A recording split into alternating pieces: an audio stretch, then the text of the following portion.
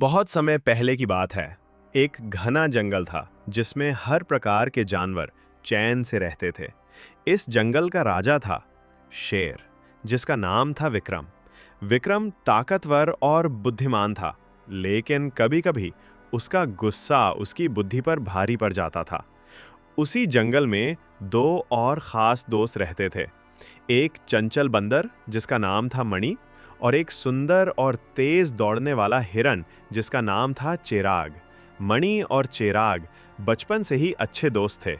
वे साथ खेलते, खाते और हमेशा एक दूसरे की मदद करते।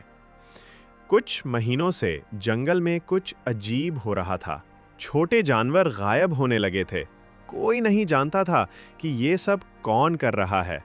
कुछ कहते कि कोई शिकारी जंगल में आ गया है, तो कुछ कहते कि ये किसी भूत प्रेत का काम है। शेर विक्रम को ये बात बहुत परेशान करने लगी। वे चाहता था कि जंगल में फिर से शांति और सुरक्षा हो। उसने अपनी सभा बुलाई और सब जानवरों से पूछा, क्या तुम में से किसी ने उस खतरे को देखा है जो हमारे जंगल को निगल रहा है? सब चुप थे। फिर बंदर मणि ने कहा, राजा विक्रम, मैं और चिराग कल नदी के पास गए थे। वहां हमें कुछ अजीब पंजों के निशान दिखे।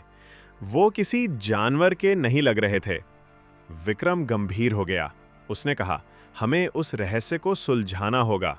मैं चाहता हूं कि तुम दोनों मेरी सहायता करो। तुम दोनों चालाक हो और तेज भी। मणि और चिराग ने सिर हिलाया और बोले, हम तैयार हैं महाराज। अगले दिन मणि और चिराग नदी के पास गए। उन्होंने उन निशानों का पीछा किया। धीरे धीरे वे जंगल के एक ऐसे हिस्से में पहुंच गए जहां कोई जानवर नहीं जाता था। एक पुराना डरावना खंडहर। वहीं उन्हें एक जाल बिछा हुआ मिला जिसमें एक नन्हा खरगोश फंसा हुआ था। मणि ने जल्दी से जाल काट दिया और खरगोश को बाहर निकाला। वह डर के मारे कांप रहा था। उसने बताया, एक इंसान यहाँ हर रात आता है। वह जाल लगाता है और जो जानवर फंसते हैं उन्हें उठा ले जाता है। चिराग ने कहा, तो ये सब इंसान का काम है। हमें महाराज को खबर देनी होगी। लेकिन तभी खंडहर के पीछे से एक आवाज आई, तुम्हें लगता है तुम मुझे रोक सकते हो? वो वही शिकारी था। उसके हाथ में एक बंदूक थी, लेकिन बंदर मणि डरने वालों में से नहीं था। वही चिराग जंगल की ओर भागा ताकि शेर विक्रम को बुला सके। चिराग हवा से बातें करता हुआ भागा और विक्रम के पास पहुंचा। महाराज, हमने शिकारी को पकड़ लिया है, लेकिन मणि खतरे में है, जल्दी चलिए। विक्रम दहाड़ता हुआ भागा। जंगल कांप उठा। वह शिकारी की ओर बढ़ा जो अब मणि पर बंदूक ताने खड़ा था।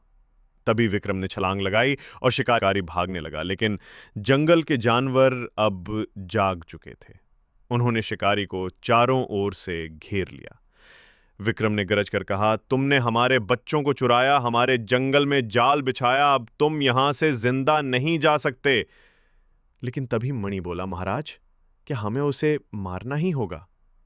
क्यों ना उसे कानून के हवाले कर दिया जाए, ताकि इंसानों को पता चले कि जंगल भी अपना न्याय करता है।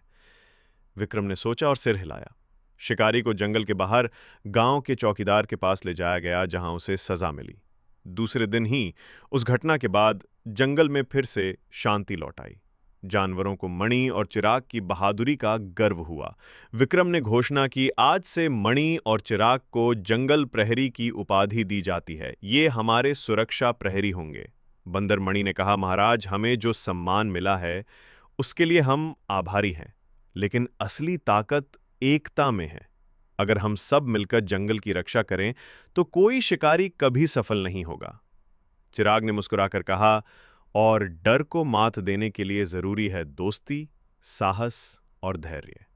नैतिक शिक्षा। यह कहानी हमें बहुत सी बातें सिखाती है। एक, साहस और बुद्धिमानी से बड़ी मुश्किल को हल किया जा सकता है। दो, दोस्ती और एकता में बड़ी शक्ति होती है। तीन, दुश्मन को हराने का सबसे अच्छा तरीका कभी कभी हिंसा नहीं बल्कि न्याय होता है। हर कोई, चाहे छोटा हो या बड़ा, जंगल और समाज की रक्षा कर सकता है।